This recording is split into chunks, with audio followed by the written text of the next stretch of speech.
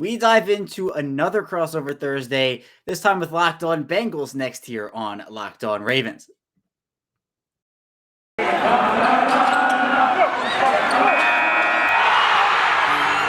are Locked On Ravens, your daily Baltimore Ravens podcast, part of the Locked On Podcast Network, your team every day.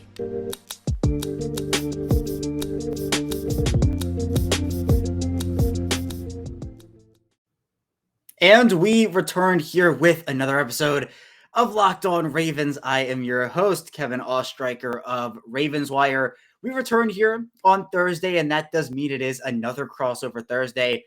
We'll be diving into it all with James Rapien and Jake Liscow of Locked On Bengals as the Ravens are set to take on that Cincinnati Bengals team. The Ravens come in at 5-1 in first place in the AFC North, and Cincinnati comes in 4-2 in that second place spot. So a big divisional matchup on the way for this Ravens team. And so that'll be our second and third segments as we talk with Jake and James about the Ravens and the Bengals. Here in this first segment, though, there's a lot of news, to dive into from yesterday as players returned to practice. Players didn't report to the team. There's injury reports, all that. We have a couple more mailbag questions to get into.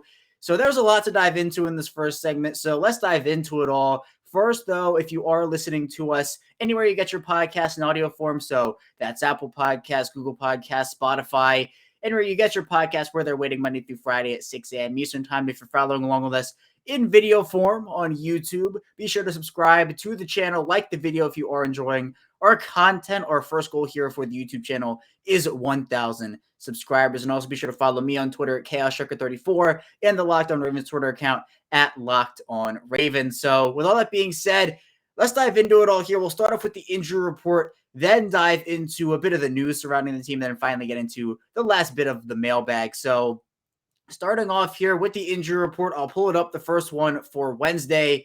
I'll just run through it. We'll talk about it for a little bit. Center Bradley Bozeman with the back injury did not practice. Justin Houston with a rest day did not participate. Outside linebacker there. Running back Latavius Murray with an ankle did not participate. Cornerback Jimmy Smith, another rest day, did not practice. Alejandro Villanueva, the tackle with a knee injury, did not participate. Wide receiver Sammy Watkins with his thigh injury did not practice as well. Cornerback Tavon Young with a knee injury did not participate. And finally, linebacker Patrick Queen with his thigh injury was a limited participant. So overall, when looking at this injury report, it's nothing that wasn't unexpected for me. I think that this was rather in line with my expectations with Bozeman and even Watkins. Ronnie Stanley no longer on that injury report because he is on injured reserve. He's done for the season.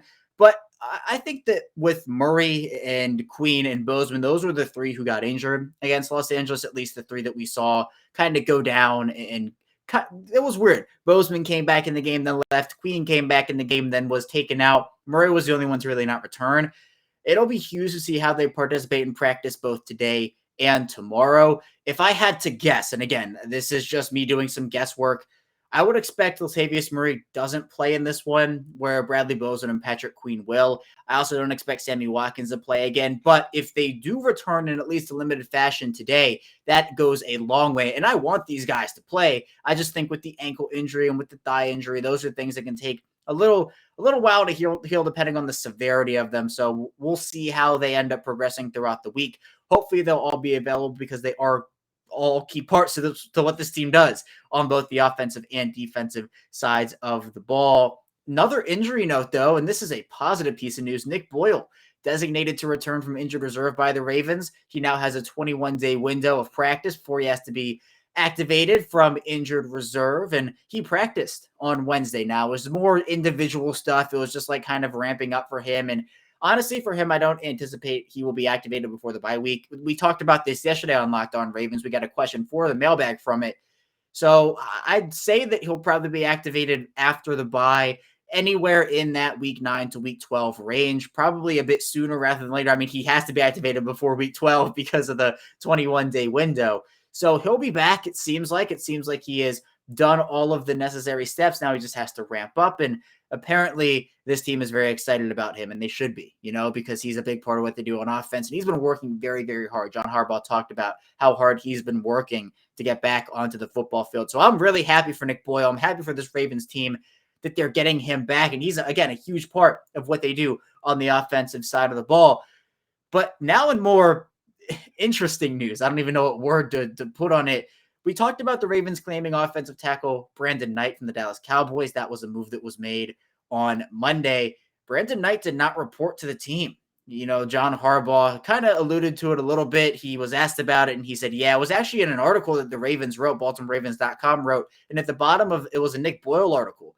And at the bottom of that article, it said also, pretty much FYI, Brandon Knight didn't report to the team. So Baltimore puts him on the reserve, did not report list. So the logistics behind this and what this whole situation is there was apparently a personal decision. And John Harbaugh said, yeah, it was a personal decision. He will be the guy to talk to about that, much like what he said about Ben Mason and that Ben Mason situation.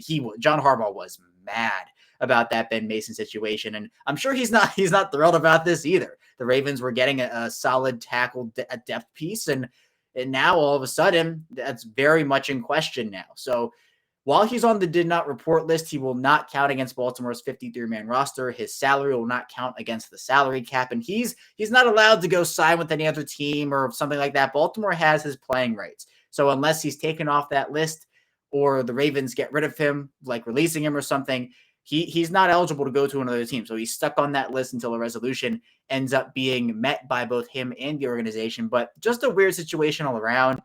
I don't know what the personal decision is. It's very up in the air right now. It could be anything. So it'll be a situation to monitor for sure. We'll see how it ends up getting resolved. But for right now, Brandon Knight is on the team, but he's not really on the team. So we'll see how that goes. And, finally here, we'll talk about a couple of mailbag questions. We talked about a question yesterday, kind of talking about the pass offense as well as the run offense by Joshua Sutter. And he asked about T. Williams. And I didn't know what he meant by that. I assumed it was Tyson Williams, but he talked to me. He reached out earlier yesterday and said, hey, I meant T. Martin, not T. Williams. So yes, T. Martin has been a huge part of this. Just so that people know the question, he said, I'd like to know your thoughts on the passing game outside of Lamar Jackson. It looks like the offseason acquisition of T. Martin is really paying off in a big way for Baltimore so far.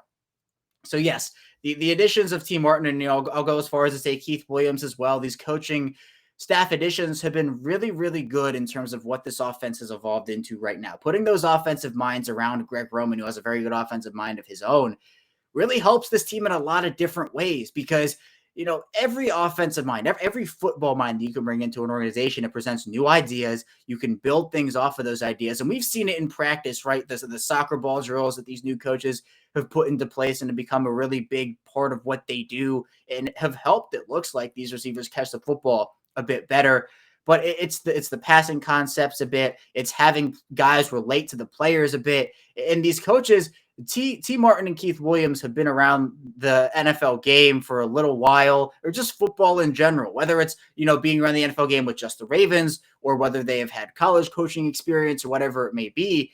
They've been around the game of football for a very long time. Keith Williams has worked with Tyreek Hill and Devontae Adams and even Sammy Watkins before this as a personal coach. So they know what it takes to win at this NFL level, the college level, whatever it may be, just football in general. And I'm very pleased with these additions so far because we've seen it. Marquise Brown having a really good year. Rashad Bateman looked really good in his debut. Sammy Watkins. We've seen Devin Duvernay and James Prochet step up in a big way. So these receivers, I think, are benefiting not just from the improvement of Lamar Jackson, but also from, I'll call it, the improvements in the coaching staff. A lot of people questioned what David Culley was doing for this team. The organization, the football world in general, has very high respect for what David Culley does, but his passing offenses and the offenses he's worked with have not been particularly great over the course of the last couple of seasons. So, Culley's now doing his thing in Houston, and I'm happy he got that opportunity. But the Ravens, I think, did a great job with hiring some coaches to replace him. And so far, we've seen those benefits pay off in a big way.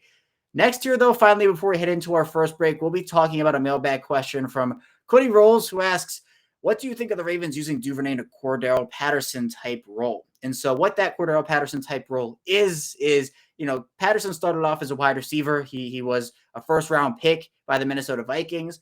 It didn't really work out for him at wide receiver, so he was transitioned into running back. It is more of like a pass-catching running back threat, but he also runs the ball really well. Devin Duvernay has not had the most opportunities at wide receiver, but overall, I think that, and no slight to Cordell Patterson, but I think Devin Duvernay is a much more talented receiver than Cordell Patterson.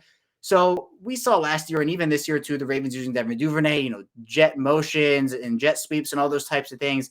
So I think that Duvernay is an emergency running back. Like if the Ravens are down all their backs in the game, they need a guy to run the football. Devin Duvernay would probably be that guy who you line up in the backfield. But I think to be that pure Cordell Patterson type player, it would probably be him shifting away from wide receiver more than the Ravens would want him to. I think they want him to develop in that wide receiver role. So, look, I don't hate the idea of having Duvernay be a gadget player, for lack of a better term for it. But he also is a talented wide receiver, and I think the Ravens intend to develop him there. And he's looked a lot better this year. With more opportunities, he's looked better. So I'm excited to see how Duvernay progresses as a weapon, whether that is catching the football, running it, or whatever in this Ravens offense for sure. We're going to head into our first break, though. When we get back, we're going to be diving into Crossover Thursday with Jake Liscow and James Rapien of Locked On Bengals. So stay tuned for that, and we will be back soon. But before we do that, this episode is brought to you by Rock Auto. With the ever-increasing numbers of makes and models, it's now impossible for your local chain auto parts store to stock with the parts you need. Wander off in pointless or seemingly intimidating questioning, and wait while the person behind the counter orders the parts on their computer, choosing only brand the warehouse happens to carry. You have computers with access to rockauto.com at home and in your pocket. Save time and money when using Rock Auto. Rock Auto is a family business serving do-it-yourselfers for over 20 years. Rock Auto prices are reliably low for every customer. So go to rockauto.com right now and see all the parts available for your car or truck. Right, Locked On, and that had you hear about us box, so they know we sent you. Amazing selection, reliably low prices. All the parts your car will ever need. rockauto.com. And we return here with our second segment of this Thursday edition of Locked On Ravens. Kevin Oestreicher, your host, still hanging out with you here.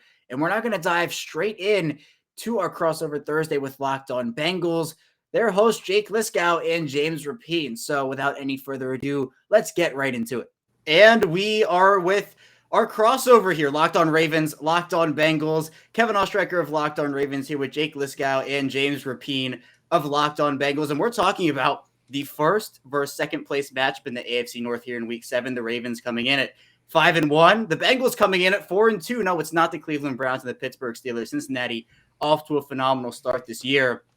So we're going to start off this segment talking about the Ravens offense going up against the Cincinnati defense, which honestly, guys, has impressed me. I didn't know how these new pieces would fit in. They added a lot of veterans to this defense.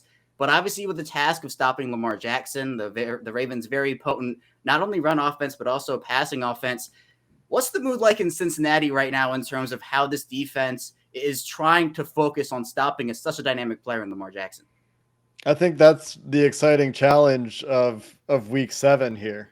And that's where the conversation really starts, right? It's Lamar Jackson. It's not, J.K. Dobbins taking a second-year leap. He's obviously hurt, but the Ravens' running game has continued unabated. The Ravens as a team seem to have continued unabated despite a rash of injuries. So let's start with that matchup. Obviously, Lamar Jackson kills you off script, scrambling.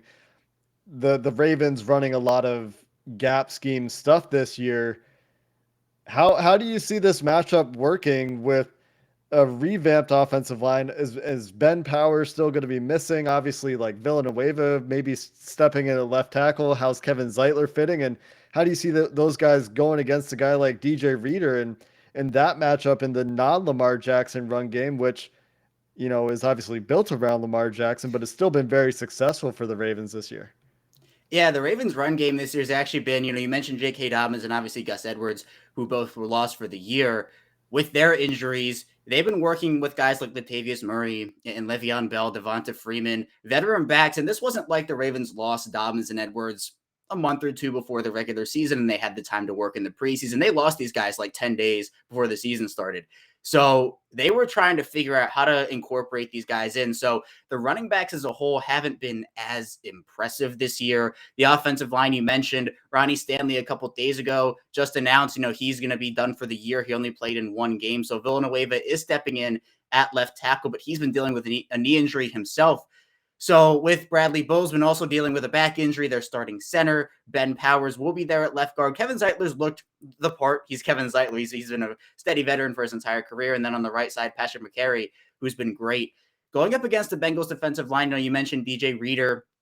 I think Trey Hendrickson has played well this season. They have a bunch of pieces on the defense So I think a big key to this is the Ravens run game starting off fast. Against Indianapolis in week 5, for example, they averaged just 3.4 yards per carry on the ground. Against the Los Angeles Chargers, and to be fair, that's a decently bad run defense. They averaged 4.9 yards per carry. So I'm interested not just in the run game, but also this pass game has been improved for Lamar Jackson and just his ability to throw the football. He's taken that leap. And so in the back end for Cincinnati, obviously Jesse Bates is there, one of the best safeties in the NFL. Jadobi Awuzie has looked great this year. With Marquise Brown and Rashad Bateman, there might not be Sammy Watkins in this one. Do you see the Cincinnati defense matching up well with this Ravens passing offense, or do you think that some of the speed could be a challenge? No, I think it is a good matchup. The Bengals have faced, some good receivers this year so far. You think about the Vikings, what they present. And then a couple of weeks ago, it was Devontae Adams and Aaron Rodgers and having to deal with that. So I think the one area would be, the secondary should feel confident that they can contain Hollywood Brown, even though he's played pretty well this year. Rashad Bateman's almost a wild card. You don't know what to expect because we haven't seen much of him this year. Obviously, he came back last week. But the one guy that is scariest, not named Lamar Jackson, for this Bengals defense is Mark Andrews in how they contain him, because he crushed Von Bell last year in this first matchup, and that was certainly something that was on Von Bell's mind this offseason. It feels like the Bengals have gotten better at guarding tight ends, but Mark Andrews is, arguably their number one option in that passing game. So how do they handle it? In the thing that I've noticed with Kevin with Lamar this year, it seems like he's scrambling just like he always does and has, but he's still looking downfield and he's making big plays downfield. And so that's the part that will be a challenge for this secondary, sticking with Hollywood Brown, not just for 3 seconds, but for 4.5 seconds while Lamar runs away from Trey Hendrickson and company in the backfield. Yeah, that's one of the great things about Lamar Jackson, and there are many, but the time he creates with the football and the difference with him as opposed to maybe some other scrambling-ish quarterbacks is the fact that he's a threat. If the defense has everything covered perfectly, everything is set. If Lamar Jackson is not accounted for, he can burn a defense for 20, 30 yards on a play where a defense really does everything right. So with Jackson and his scrambles this year, it honestly feels like he's doing it less. And you mentioned it, James, kind of focusing not only just throwing the football a bit more, but throwing it down the field. His deep ball accuracy has improved this year. It's not perfect. He still has missed some throws, but he has definitely improved in that area. And that leap I was talking about, a lot of people were expecting him to take it. I'm sure the narratives you guys have heard them about, if this Ravens team is down, they can't come back with Lamar Jackson throwing the football. And, if you stop the Ravens run game, that can't happen. Well, that's not been the case. Teams have been keying in on the Ravens run game and stopping it. And Lamar Jackson has said, all right, I'm going to do it myself with my arm. And that's been a really key part of this offense. But both the Ravens and the Bengals in the 2020 draft did a little bit of drafting at the linebacker position. And I know for Cincinnati, both Logan Wilson and Akeem Davis-Gaither have been really big parts of this Bengals defense. Now, let me put on the record, Logan Wilson's comment was a compliment. First of all, I just want to put that out there. No speculation from me about that. It was a compliment. But I think Wilson's played really well this year, and his growth has been a big part of how this Bengals defense has stepped up to the plate this year. So what do you expect the keys for these linebackers to be going up against this Ravens offense? Well, they need to play disciplined, and all three might be on the field together for really the first time in an extended game this year, because the Ravens, I assume, are going to be in 12 personnel for most of the game. Is that true? So let's start there. But before I answer your question too much, are the Ravens going to be 2 tight ends for a lot of the game, or tight end and fullback for a lot of the game? Early on, I think that could be what you see. The Ravens are trying to work in more pass-happy formations in there, but I think, with Eric Tomlinson, who's been replacing Nick Boyle in their 2 tight end sets this year, he's pretty much Boyle light, and he's been playing really well. So it's pretty much like having an extra offensive lineman on the field. I do think that they'll be in 12 personnel, but we'll see how the game, and that game script is really important for it too. And they love Patrick Ricard as well, I know, at fullback. So, I think that combination, you'll see the Bengals stay in a 4-3, maybe a little bit more. We talked about this yesterday with our film guy, our regular film guy, Mike Santagata, Bengals Sands, and the Ravens are one of the only teams that'll get the Bengals out of their kind of 5-2 front and into the 4-3, where they'll put an extra linebacker on the field at times to deal with Lamar Jackson. It'll be interesting to see. if that continues this year, or if they go with, last year, perhaps they did it because of personnel. They're starting interior defensive lineman off the street. This year, DJ Reader healthy. Larry Ogunjobi comes from the Browns playing well at 3-tech. Josh Tupou didn't practice today, but of course, everybody knows tackled Lamar Jackson in the open field at 300 plus pounds once, so that's pretty good. BJ Hill, the Bengals acquired for Billy Price, and he's been really good. So with those guys, maybe they do more the 5-2 stuff in the defensive front and ask Sam Hubbard to be the contain guy. And Trey Hendrickson, while he's been a good pass rusher, he's made 2 tackles this year that aren't sacks. The tackle radius issues have come up at times for him. He's got a little bit short arms going on. And so while he's a really good athlete, he hasn't been as good against the run. And so that I think is a challenge for the front seven in general. And against this team, always it's discipline, right? If you get out of your gap in the run game against the Ravens, they seem to know how to punish it frequently. The good news for the Bengals is they've been really good in that area this year. Whereas Ravens fans might be used to a Bengals team that is giving up, and the Ravens have run all over the Bengals for years, given up the run. This year, it truly does look like it's a transformed unit as far as run defense goes. And a lot of that starts with DJ Reader and the defensive line, keeping the linebackers free, and the linebackers then using their athleticism, which the Bengals haven't had at that position for quite some time, to clean it up. So I'm excited to see that matchup. That's something that's gone the Ravens' favor and the Ravens' way for, the last 2-3 years, maybe a little bit longer. And this year, maybe the Bengals have the guys to stick with it. And on the other side of the ball, it's going to be interesting to see if this is a low-scoring affair. 2 defenses that are playing pretty well. So we'll talk about the Bengals offense and how they match up with the Ravens defense coming up next. Hey, whether you're a Ravens fan or a Bengals fan, you should get to betonline.ag to wager on the game. Right now, the Ravens favored in this one, according to BetOnline. So maybe you think Joe Burrow and the Bengals are going to pull off the upset, or maybe you think Lamar Jackson's going to improve to 6-0 against the Bengals as a starter. Either way, BetOnline is the place to go. And you can check out their new updated desktop or their mobile website, which is new and improved as well. And you can sign up today and receive a 50% welcome bonus on your first deposit with promo code Locked On. And it isn't just NFL. They got your college football. They got your NBA. You got your Major League Baseball playoffs and so much more in one spot, betonline.ag. So use promo code Locked On to receive a 50% welcome bonus on your first deposit. BetOnline is the fastest and easiest way to bet on all your favorite sports.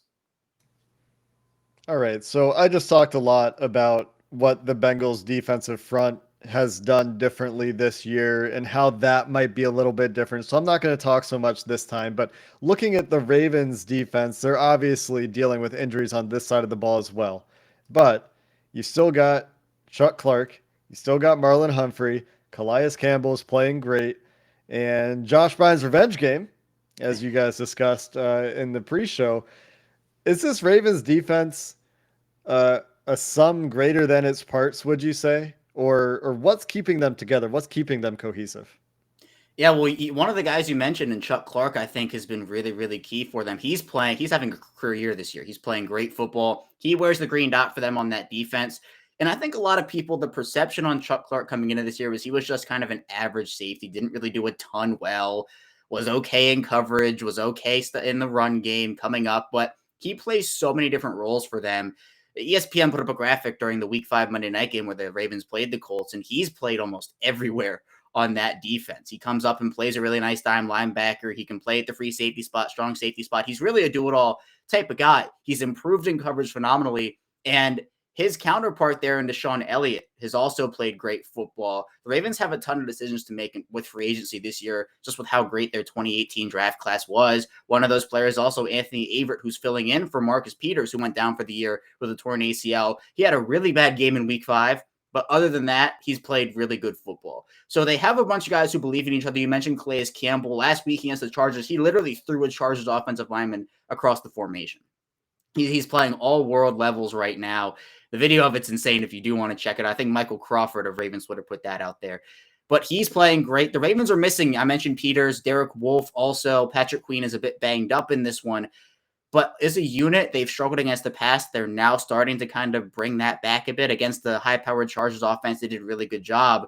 But one of the matchups that I want to look at here are the two former LSU teammates in Joe Burrow and Patrick Queen. Now, Patrick Queen had a great game against the Bengals the first time these two teams matched up, and that was the only time Burrow did play against the Ravens. And we'll get into this a bit later, but the Ravens defense having 7 sacks against Burrow in that offensive line. But with Joe Burrow, he is improved. I mean, it's such a high level this year, and he's really showing why not only he was the number 1 pick, but why all of Cincinnati was excited for his return this year. The weapons around him are great. He's playing great football. How is Joe Burrow going to get the better of the Ravens defense in this one if he can do it? Well, it's all, to me, it's going to come down to the pre-snap and his ability to read through the disguises that Wink Martindale is going to put together and those different pressure packages that he's going to put together. And Burrow, statistically, has been much better against the blitz this year. Hasn't been blitzed as much, but I expect him to get blitzed a ton this weekend, this Sunday in Baltimore. And, that's something, Kevin, this Ravens defense, that's what they like to do. They're going to blitz you 40, 45% of the time. They're going to try to disguise it. They're going to try to get after you in different ways. And you see, and we covered it earlier this week with Bengals Sands, like Jake said when we had him on.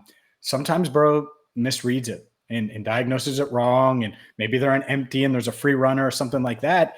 And that is going to be such a backbreaker on the road at M&T Bank Stadium, because if you get that crowd involved and everything like that, and you get in 2nd and 3rd and long, well, good luck. Even if you do read it right, it's going to be a long day. So I think that we're going to see how much Burrow learned from that matchup and how much he's grown pre-snap and as a quarterback mentally, as much as anything on Sunday against the Ravens. And, I think he's up for the challenge, but that's the part of it that's going to get tested, because this offensive line, I don't think it's a world-beating offensive line by any stretch, but it's better than it was last year in week 5 when Burrow and the Bengals laid an egg in Baltimore. His weapons, I think, fit better, right? Jamar Chase is better than what they had in A.J. Green last year. T. Higgins should be 100% healthy. Same with Joe Mixon, had a big game last week. So he should have his full complement of receivers, and C.J. Uzomah, who didn't play in that game last year as well. So I think it's going to come down to the pre-snap and how he's able to diagnose things. Yeah, it's a really good point, James. And this Ravens defense, you mentioned, is how often they blitz. I mean, literally, Don Martindale will send 7, 8 guys at the line. One play, he'll send all of them. The next play, he'll drop all but 3 or 4 back. So it's about those pre-snap, Burrow pre-snap diagnosis, which I think is going to be huge for him. But, you mentioned the Bengals offensive line and how they are better this year. And then that's key for them, because I think it couldn't have got a lot worse. I mean, Riley Reif's given them 50 million times the production Bobby Hart would give this team at this point. So overall, how impressed or not have you been with the new pieces on this Bengals offensive line? Because I talked about Reif, Jackson Carman is there, the Bengals 2nd round pick. Are you happy with how they performed through 6 weeks? Reif has been a solid performer. They've been comfortable leaving him on an island much more than they were with Bobby Hart, and I think that's the biggest difference. He's not amazing, but he's at least average. And when you've watched Bobby Hart, as long as we've watched Bobby Hart and you've watched Bobby Hart, you know that average is pretty good by comparison. Jackson Carman took a little bit of time to get into the starting lineup and then got COVID and then threw up on the field last week. So he should probably be starting this week. They were starting rookie Trey Hill, who they drafted in the 6th round to play center against Detroit. He started out the game with back-breaking penalties, came back after Carman puked on the field and played okay the rest of the way. Still had some miscues, but was, reasonable. But Carman's been up and down, as you would expect for a guy who's making a bit of a transition from left tackle to right guard.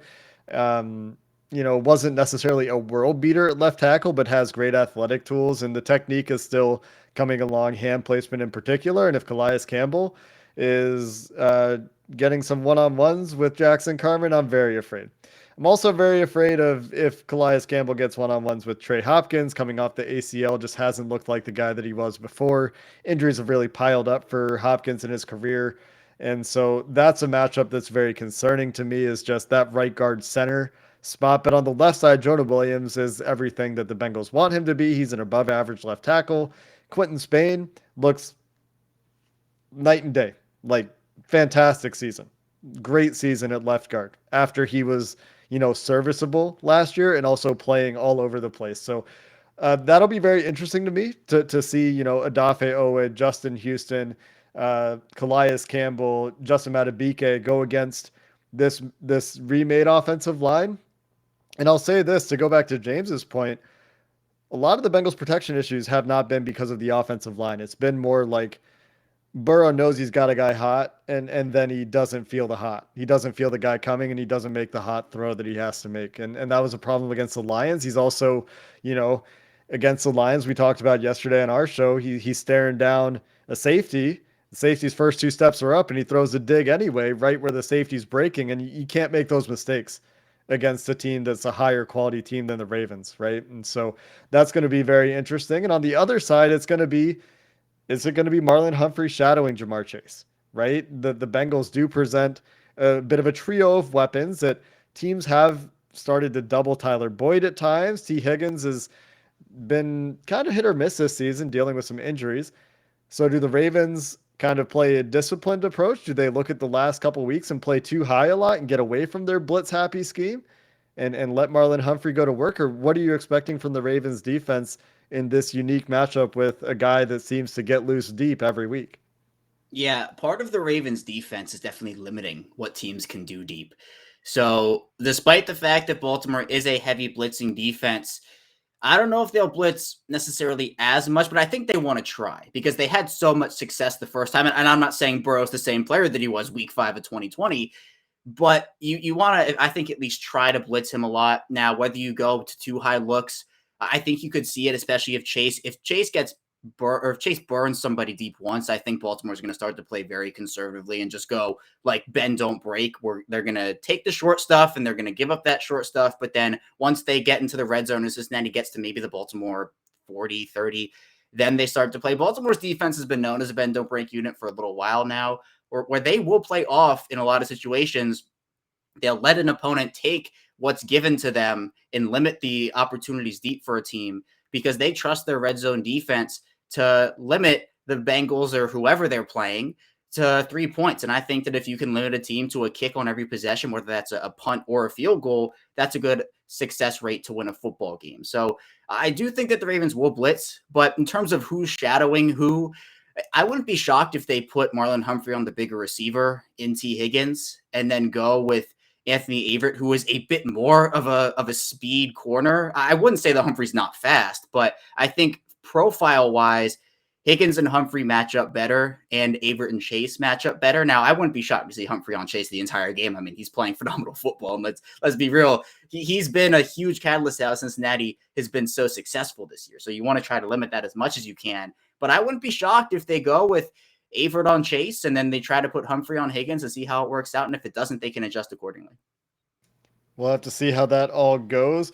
What do you guys think about the spread? Let's wrap up there. The Ravens like 6-point favorites, 6.5-point favorites in Baltimore. Are you guys buying that? I know you guys both like to make predictions. Yeah, I'm right there. I've been back and forth with my prediction all week. I have the Ravens winning by a touchdown, so like literally I'm almost right on that line. But I think this is a much improved Cincinnati team. I mean, we were kind of talking about it, James and I, before the show started. People had this Cincinnati team at like 3 wins this year. And I'm like, this team is too talented to have 3 wins this year.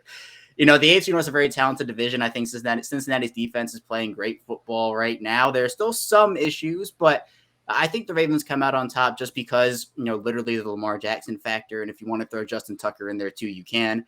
But at the end of the day, these two teams in divisional matchups in general, they always play really good football games. In the John Harbaugh era, Baltimore's 14-12 against Cincinnati. I did not know that. I thought it was more in favor of the Ravens, actually. So these two teams play close games.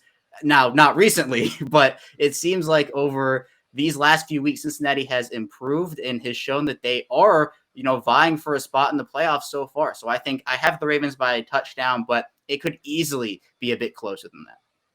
Yeah, I think you could see the path to it being close. You could see the path to it coming down to a final possession. But I think we're going to know really early on Sunday. How does this Bengals offense look? How does Burrow look? pre-snap, and then is he getting blitzed, and does he respond the right way? Because the difference, because this Bengals offense has gotten off the slow starts all season, but then they flipped a switch. I don't think you can do that. There are certain teams I don't think you're going to be able to do that against. On the road against Baltimore, if you put the pressure on your defense to stop Lamar is going to apply too much pressure, and it's going to be, you're going to look up and it's going to be 14-3 at halftime or something, and you're going to be in an unfavorable spot. So I think it's close. I'm going to save my prediction for Thursday's show, as I always do on Locked On Bengals. But that 6 points, I see why people would struggle with that. But again, I don't want to tip my hand too much. There you go. That is it. That is the first Bengals-Ravens crossover of the year. We'll see if these teams are, in fact, as close as they may or may not appear. Until next time, everybody, thanks for listening to the Locked On Bengals, Locked On Ravens podcast. Have a good one.